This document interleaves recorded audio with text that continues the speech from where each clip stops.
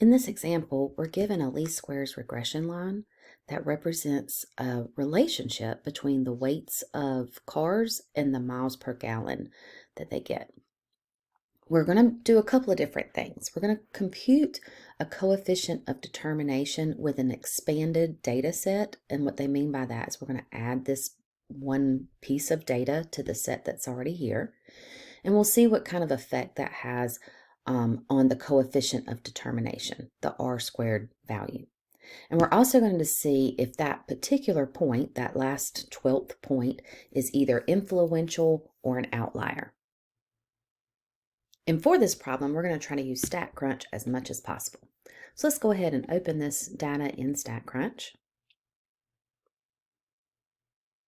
And we can see here the 11 pieces of data. We've got that 12th piece we need to add. But because eventually we're going to be asked about comparing R squared, I'm just going to go ahead and choose to run this regression and grab that R squared value just to make a note of it. So let's go to Stat, Regression, Simple Linear. We want to make sure that our X variable is weight and our Y variable is miles. And let's compute.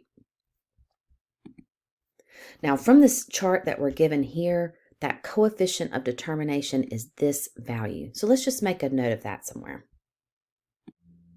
So I've just grabbed this screenshot here. I've also made the note that I'm going to change this R squared value into a percentage by multiplying the decimal provided by 100. And let's just keep in mind that this was for the original sample size. Here's its R squared value. Now I want to go back and repeat this process, but add the additional piece of data that were provided, this 12th car, which weighs 3,425 pounds and gets 11 miles per gallon. So I'm going to open my data in StatCrunch again. And this 12th car weighs 3,425 pounds and it gets 11 miles per gallon. Now, honestly, we probably could have done this first and then go back and do the regression for the data set that has only 11 in the sample size, but either or, I'm going to have to make a comparison. So at some point, you want to do both of these.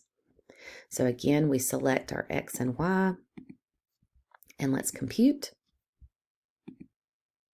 And now here we see that R squared value. So let me grab this image as well.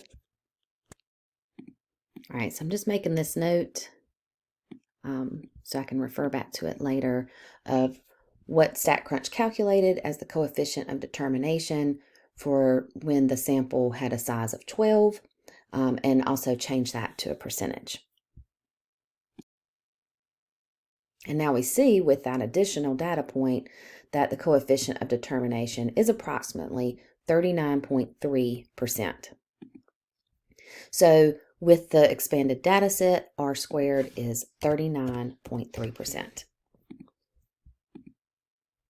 The next thing we want to do is see how that addition of that 12th car to the data set affected the coefficient of determination. So now let's go back to what we took note of here. When we had a sample of size 11, the coefficient of determination was much larger, 68.4%. So with that, we could make a statement that the addition of the 12th car decreased the coefficient of determination. The last part of this question is asking about if this 12th piece of data is either influential or an outlier. And we're going to first answer this question about being influential. If a point is influential or a piece of data is influential, it should affect the slope and y-intercept of the linear regression. So let's go back to that data that we had earlier, the one that we took the screenshot of, and I want to compare these values for that linear regression.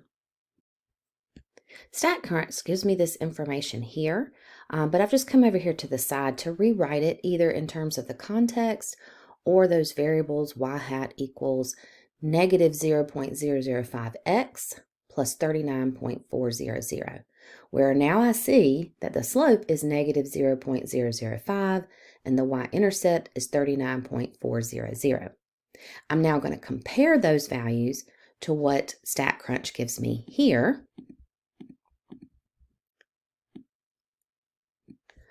For that linear regression. Again, I just come over here to the side to write that either somewhat in a context, but still formula, and then as a y hat equals. Notice that the slope of this linear regression is negative 0.006. Its y-intercept is 40.164.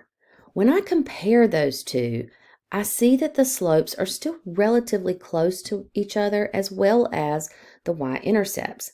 So what that tells me is that this point was not influential because it did not significantly affect the linear regression line whenever we added that 12th point. So now at this stage, I can see that the point is not influential. So let's go back to that problem. So we would select one of these two, not influential. All right, but now we need to decide, is it an outlier or is it not an outlier? And this may be best seen by looking at the graph. So I'm going to bring back up my data. And just in case you did not do this particular step last, let's just run back through it one more time. Notice that I have the 12th point included in my data set. I would go to Stat, Regression, Simple Linear. Make sure you select X and Y and compute. And now let's look at that graph. Let's find the 12th point. The 12th point was 34, I think 25, and the Y value was 11. So 11, 34, 25, somewhere over here, right? This has got to be that point. Notice that it is significantly different than the rest of the data points, which tells me that this point must be an outlier because it's not in the same general location as those other data points. So that lets us know that it's not influential, but it is an outlier.